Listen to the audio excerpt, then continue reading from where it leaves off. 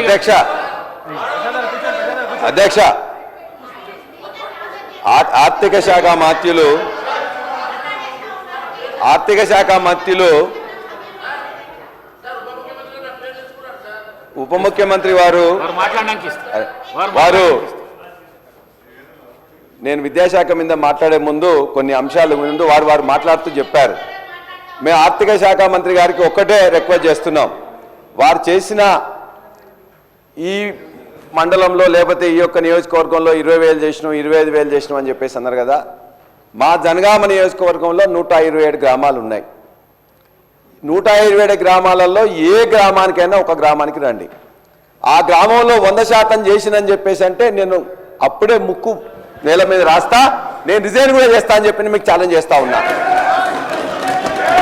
ఏ ఒక్క గ్రామం 107 గ్రామాల్లో రుణమాఫీ అయిపోయిందని చెప్పేసి. అందుకే ఉట్టిగా వాదనల కోసం నెంబర్ల కోసం అది కాదు అధ్యక్ష. మీరు ప్రామిస్ చేసిన దానిలో కొంత 50% వరకు వచ్చింది, మిగతా వాళ్ళకి ఇవ్వండి, వాళ్ళు మొత్తం అవుతుందని చెప్పేసి మేము చెప్తున్నాం.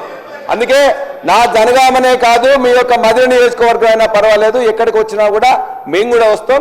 మేము తప్పు మాట్లాడినట్లయితే మా యొక్క ఆ రైతుల ముందే నేను ముక్కుని ఎగరాస్తా అధ్యక్ష. అది నేను వదిలిపెడుతున్నా అధ్యక్ష దాన్ని. ఎందుకంటే మేము ఇది మాట్లాడగానే వారు ఎందుకంటే సెంట్రల్ యూనివర్సిటీలో చదువుకున్నారు, మేము ఉస్మానియా యూనివర్సిటీలో చదువుకున్నాం. వారికి కొద్దిగంత ఎక్కువగా ఈ యొక్క గోబెల్స్ గురించి వాటి గురించి బాగా తెలుసు అధ్యక్ష. ఇవాళ విద్యాశాఖకు మంత్రి గారుగా ముఖ్యమంత్రి గారు ఉన్నారు. ముఖ్యమంత్రి గారి పనితీరు ఎట్లా ఉంటుంది, ముఖ్యమంత్రి గారికి ఎంత టైం ఉంటుంది ఏం లేదని చెప్పి నేను సీఎంఓ ఆఫీస్లో పనిచేసిన కాబట్టి నాకు తెలుసు. కాబట్టి ముఖ్యమంత్రి గారు దానికి టైం ఇవ్వలేకపోతున్నారు. ఇప్పటిదాకా సెక్రటరీ కూడా 4 సార్లు సెక్రటరీలో మార్చిండ్రు. మాట్లాడుతున్నా అధ్యక్ష, నేను ఏం మాట్లాడతలేను. ఇవాళ ఆ విద్యాశాఖలో ఏదైతే ఈ 15 నెలల్లో జరిగిందో భారతదేశంలో ఏనాడు కూడా ఏ సంవత్సరంలో కూడా జరగనంతగా ఈ సంవత్సరంలో విద్యాశాఖలో స్కూల్ ఎడ్యుకేషన్లో 2 లక్షల మంది డ్రాప్ అవుట్ అయినరు. ఇది నేను రాసింది కాదు అధ్యక్ష, అనేక పేపర్లు వారు కూడా 1-2 సమయం మాట్లాడినరు. 2 లక్షల మంది జూనియర్ కాలేజీలో డిగ్రీ కాలేజీలో మొత్తం తగ్గిపోయినరు. యూనివర్సిటీల గురించి చాలా ఎక్కువగా చెప్పింది, మేము పట్టించుకోవట్లేదని చెప్పేసి అదే యూనివర్సిటీలో ఒక మహిళా యూనివర్సిటీకి పేరు మార్చి మొత్తం కూడా ఇలా ఒక్క ఇటుక పెట్టలేదు, ఒక్క రూపాయి ఇవ్వలేదు, ఒక్క రిక్రూట్మెంట్ చేయలేదు. ఇవాళ మొత్తం స్కూల్ ఎడ్యుకేషన్ కానీ హైయర్ ఎడ్యుకేషన్ కానీ యూనివర్సిటీ ఎడ్యుకేషన్ కానీ మొత్తాన్ని పండబెట్టిండ్రు అధ్యక్ష. అంతేకాదు ఆర్థిక శాఖ మంత్రులు ఒక మాట చెప్పిండ్రు.